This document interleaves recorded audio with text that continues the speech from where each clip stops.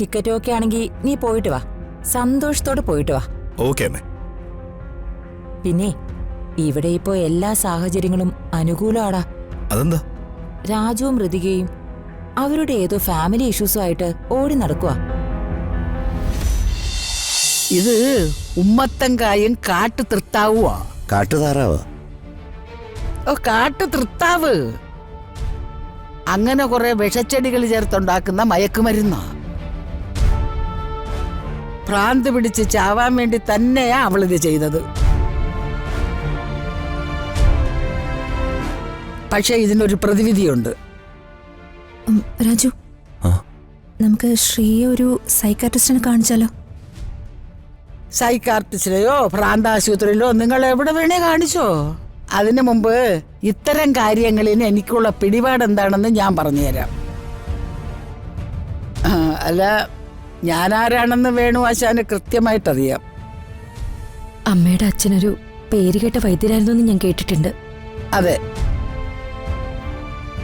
പാൽക്കാവടി പത്മനാഭൻ വൈദ്യര്. പാൽക്കാവടി പത്മനാഭൻ വൈദ്യരോ? അതെന്താ? അല്ല, അച്ഛന്റെ ഇരട്ടപ്പേരങ്ങനെയായിരുന്നു, പാൽക്കാവടി വൈദ്യര്. അച്ഛൻ വൈദ്യശാലയില് കഷായം, അരിഷ്ടം, ഗുളിക ഇതിനൊക്കെ പുറമെ പാൽക്കാവടി എന്നൊരു ചാരായം വാറ്റി വിട്ടിരുന്നു. ഈ പാൽക്കാവടി എന്ന സാധനം ഒരു 100 മില്ലി അടിച്ചവൻ അത് അടിച്ചു കഴിഞ്ഞാൽ പിന്നെ പാൽക്കാവടി ആട്ടമാണ്.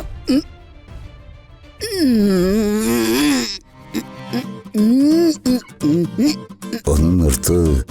ചുംബന വളവിലാണ് എൻ്റെ അച്ഛൻ്റെ വൈദ്യശാല ഉണ്ടായിരുന്നത്. ഈ ചുംബന വളവില് ഒരു സന്ധ്യ കഴിഞ്ഞാൽ പിന്നെ എല്ലാരും പാൽക്കാവടിയാട്ടോ. അല്ല, ഈ പാൽക്കാവടി കുടിച്ചിട്ട് പലർക്കും ഭ്രാന്ത് പിടിച്ചിട്ടുണ്ട്. അവരെ അച്ഛനാ ചികിത്സിച്ചത്. ആ അച്ഛന്റെ ഒരേ ഒരു അസിസ്റ്റന്റ് ഞാനാ. പിന്നെ നിങ്ങൾക്കെല്ലാവർക്കും പൂർണ്ണ സമ്മതമാണെങ്കിൽ ഈ കൊച്ചിന്റെ അസുഖം ഞാൻ ഭേദമാക്കി തരാം. ഇതിനുള്ള മറുമരുന്നൊക്കെ എനിക്കറിയാം.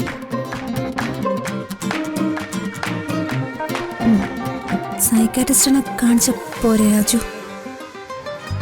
അവര് പിന്നെ സെഡേഷനുള്ള മരുന്നൊക്കെ കൊടുത്ത് ശ്രീ ഒരു പേഷ്യന്റ് ആക്കും. എടാ, ഇവർക്ക് വൈദ്യമൊക്കെ അറിയാം. ആ, എന്തായാലും ആയുർവേദം മതി. അത് നിങ്ങൾ തന്നെ ചെയ്തോ. അല്ല, ഇതിലൊരു കാര്യം ഞാൻ പറഞ്ഞേക്കാം. ഇന്ന് വൈകുന്നേരം മരുന്ന് കഴിച്ചാൽ ഒരു അരമണിക്കൂറിനകം മാറുമെന്നൊന്നും നിങ്ങൾ വിചാരിക്കരുത്. ഒരല്പസമയം എടുക്കും. അമ്മേ, വേദന മാറിയാ മതി. ആ കാര്യത്തിൽ ഞാൻ ഓക്കെ. അപ്പം ഈ അമ്മിണി വൈദ്യരെ വേണു ആശാൻ ഒന്ന് സഹായിക്കണം. ഈ വേണു എന്ത് ചെയ്യണമെന്ന് വൈദ്യര് പറഞ്ഞാൽ മതി. അതായത് കഷായം, ഗുളിക, ലേഹ്യം, തിത്തകം ഇതെല്ലാം ഉണ്ടാക്കാൻ ഞാൻ കുറെ മരുന്നുകളുടെ ലിസ്റ്റ് പറയും. അത് ആശാൻ എഴുതിയെടുക്കണം. അത് എന്നിട്ട് ആശാൻ എനിക്ക് സംഘടിപ്പിച്ചു തരണം. അതൊക്കെ ഞാൻ ഏറ്റു. അതെന്താ പ്രിയേച്ചി ഇങ്ങോട്ട് വരാത്ത? അതിന്റെ പേരാണ് അസൂയ.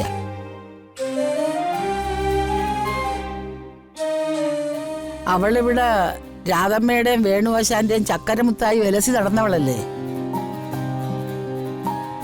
ഇപ്പൊ ശ്രീമോള് വന്നില്ലേ. ശ്രീയെ നിങ്ങൾ ഓമനിക്കുന്നതിന്റെ അസൂയയാ. അവള് പണ്ട് മുതൽ അങ്ങനെയാ. മൂത്ത മകളല്ലേ, അവകാശമൊക്കെ വേണം.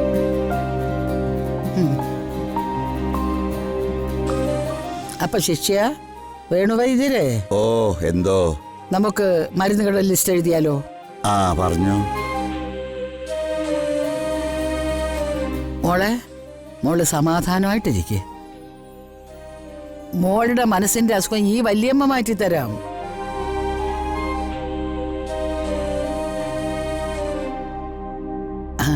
അല്ല, ഞാൻ പല അഭ്യാസങ്ങളും നിങ്ങളോടൊക്കെ കാണിച്ചിട്ടുണ്ട്. അതൊക്കെ ഈ അമ്മണിയുടെ ഒരു തമാശയാണ്. രുക്മിണി എന്ന ചുടലയക്ഷിയെ ഞാനൊരു പാഠം പഠിപ്പിക്കും. അവക്ക് ഞാനൊരു ലേഹ്യം ഉണ്ടാക്കി കൊടുക്കും. ശുഭസന്യാസി ലേഹ്യം. അത് അവള് കഴിച്ച മരവുരു ചുറ്റി അവള് കാട് കയറും, പിന്നെ തിരിച്ചു വരില്ല. മോള് സമാധാനത്തോടെ ഇരിക്കുക. ഒരു 4-5 ദിവസത്തിനകം ഞാനിത് മാറ്റിത്തരാം. വേണുവാശാനെ, എന്തോ? എന്നാ നമുക്ക് ലിസ്റ്റ് തയ്യാറാക്കിയാലോ? ഓ, അങ്ങനെ ആവട്ടെ. ആ, എന്നാ വന്നാട്ടെ. ആ,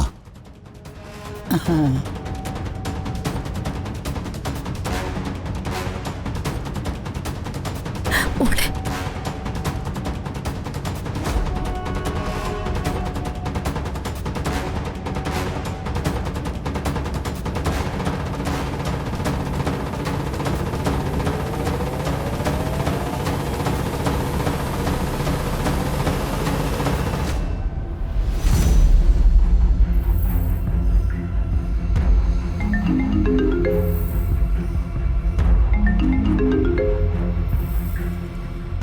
ദീപക്കേ, ആമേ, ടിക്കറ്റ് ഓക്കെ. ഞാൻ അടുത്ത ദിവസം അമേരിക്കയിലേക്ക് പറക്കുക. അമേരിക്കയ്ക്ക് പറക്കുന്നു എന്ന്? ഈ വരുന്ന 10-ാം തീയതി രാവിലെ. ടിക്കറ്റ് ഒക്കെ ആണെങ്കിൽ നീ പോയിട്ട് വാ, സന്തോഷത്തോടെ പോയിട്ട് വാ. ഓക്കെ അമ്മേ. പിന്നെ ഇവിടെ ഇപ്പോ എല്ലാ സാഹചര്യങ്ങളും അനുകൂലമാടാ. അതെന്താ?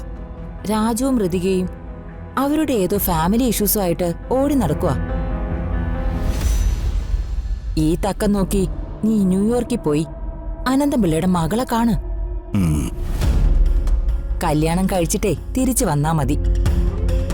അല്ല, കല്യാണമൊക്കെ അല്ലേ അമ്മ, എന്നെ ഫോണിലൂടെ ഒന്ന് അനുഗ്രഹിക്കണം.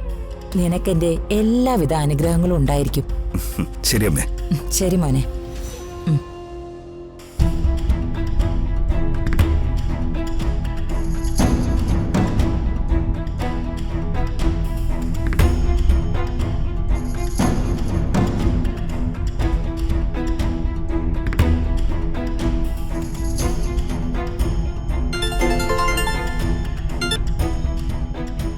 ആ, യമുന മാഡം. രാജു, ഇപ്പൊ പോയ അവനെ കിട്ടും. അല്ലെങ്കിൽ അവൻ അമേരിക്കയിലേക്ക് പോവാ. ആര്? ആ ദീപക്. ഇപ്പൊ ദീപക്കും അമ്പയും തമ്മിലുള്ള ഫോൺ സംഭാഷണം ഞാൻ കേട്ടതാ. ഹാ, അവനെ ഞാൻ സ്റ്റേറ്റ്സിലേക്ക് വിടാം. ശരി.